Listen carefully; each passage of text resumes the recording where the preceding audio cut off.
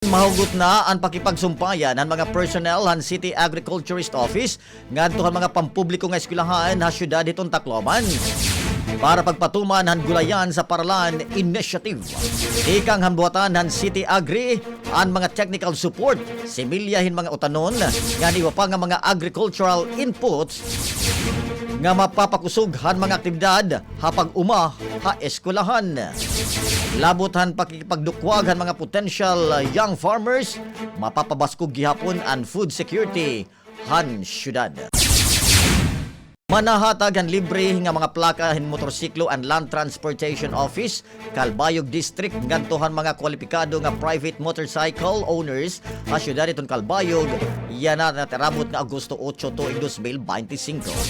Sakop ang distribusyon atong mga motorsiklo nga nakarehistro tikang 2014 nga daha presente nga tuig ngan subject ka proper documentation ngan verification.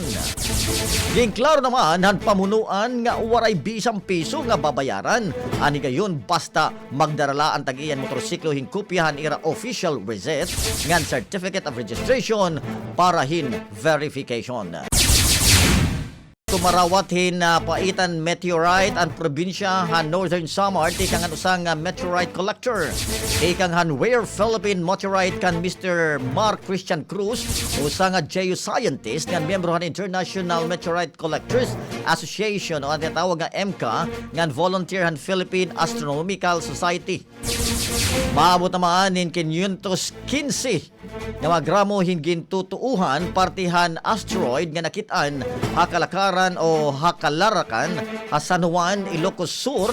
Mahuman lumabay hinhalis comet tail and Earth didahan May 25, 1910.